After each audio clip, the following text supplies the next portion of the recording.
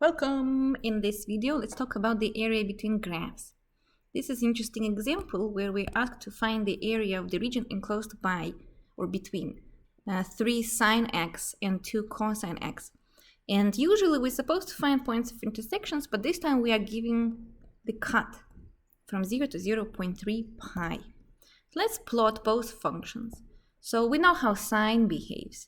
Sine is something that starts at 0, 0 and just wiggles for a while to the left and to the right. 3 sine means that the original sine is supposed to be from -1 to 1.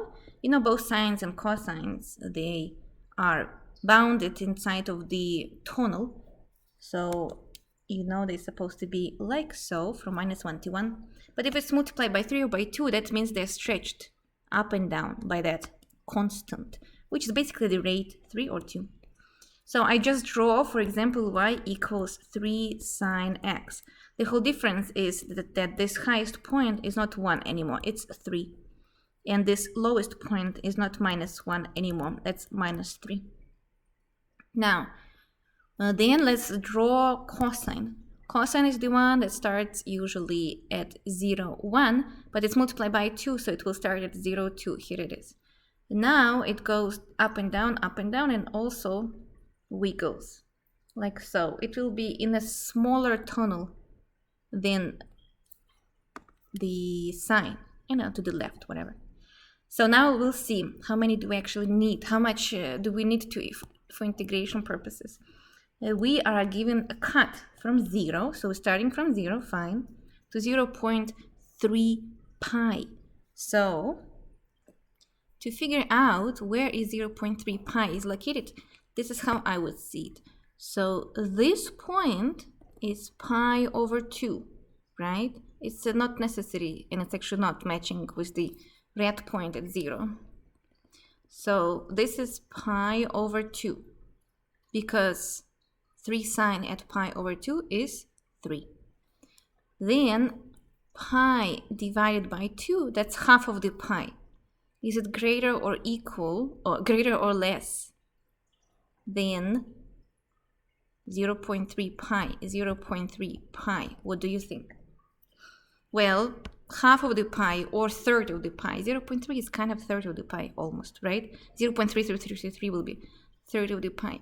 So this piece, 0.3 pi, is smaller. That means the point should be a little bit to the left of the pi over 2. So I assuming it's somewhere over here, 0.3 pi. So my area will consist from 2 areas, one in yellow and say the other one is in pink. Area number 2 and area number 1. Let's call it A1 and A2. Area will consist from area 1 and area 2. Our job now is to figure out this point, this breaking point. What this point is, let's call it C. So the integral will be, definitely this is case 1, where we use dx for integration when one function is on the top of another function. So it's going to be from 0 to C, then it will be function in the red color is on the top, that's the one that goes first. That is, as you can see, cosine, because it's not at 0, right? So cosine x, that's the one under the top, minus sine x, that's the one at the bottom. And it's not cosine, it's actually 2 cosine and 3 sine. Let me sign it. So the pink one is y equals 2 cosine x dx, and then plus integral from c to 0.3 pi. And now they switch, as you can see. Now the purple becomes on the top and the pink is at the bottom. So now sine is at the top, 3 sine x, and cosine, which is 2 cosine x, is at the bottom. So they switch. Top minus the bottom. So our job is for now to figure out what C is. C is point of intersection, and we know how to find the point of intersection. We need to build a system of two equations in this case. Y equals 3 sine x and y equals 2 cosine x. That's how we're going to find C. So step 1, sketch the graph. Step 2, figure out the case. And how we're going to integrate, we're going to use case 1, which is dx case.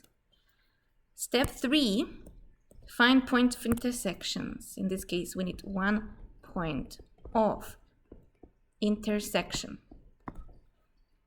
Left-hand sides are equal, so y equals y, then right-hand sides can be set equal to each other. 3 sine x equals 2 cosine x. Let's divide by 3. Sine x equals 2/3 cosine x. Let's divide by cosine. Sine x over cosine x equals 2/3.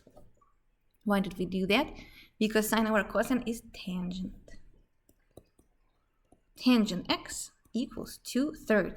We're looking for x value. So let's just apply the inverse function, tangent minus 1.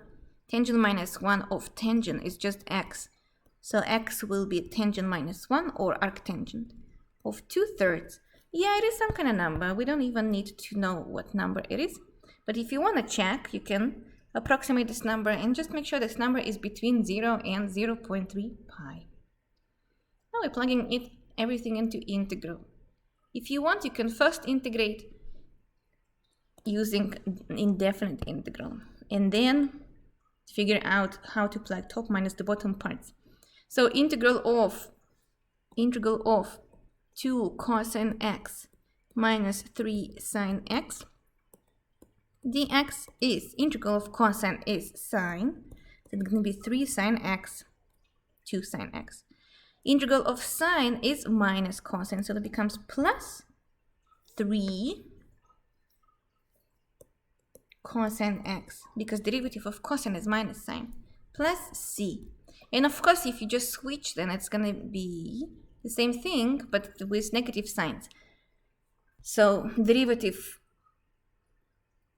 of 3 sine will be minus cosine, and the integral of 3 sine is minus 3 cosine, and integral of negative 2 cosine is negative 2 sine. So both will be just negative. It makes sense because of the properties of the integral. You can just multiply by minus 1. Then let's plug top minus the bottom. So 2 sine x, that's area 1, plus 3 cosine x. Instead of plus c, I'm putting a bar, 0, and then arctangent 2/3. Area 1 becomes 2 sine of arctangent 2/3 minus 3 cosine of arctangent 2/3. And that's a number, and also it's a positive number. You should check it when you calculate. Area 2 will be minus 2 sine x and minus 3 cosine x. Just like I told you, since we're just switching the order, you just multiply by 1 the entire derivative. Or you can just integrate again if you want from scratch. It's going to be from arctangent 2/3 to 0.3 pi. Plug everything in and you'll get two numbers. I will just use a calculator. Although you can actually use a right triangle to calculate the exact, calculate numbers, but calculator did a good job as well. So you get two numbers, and when you add them together, you'll get the final result. A is A1 plus A2, which gives you 0.829713 units squared.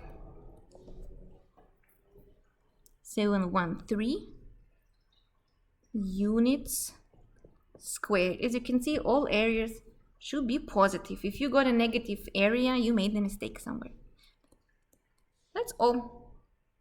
So carefully calculate everything, find the points of intersection. I would say the hardest part here is to figure out if my point C was before or after this break 0.3 pi.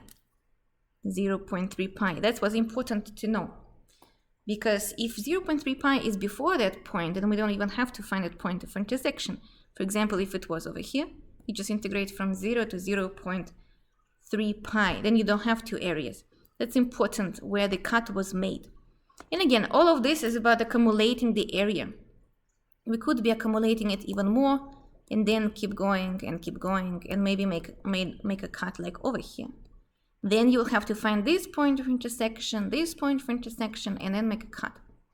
Or keep going. So that's very creative that this can happen. And you should be careful when you sketch the graph. In this case, it should be more or less precise.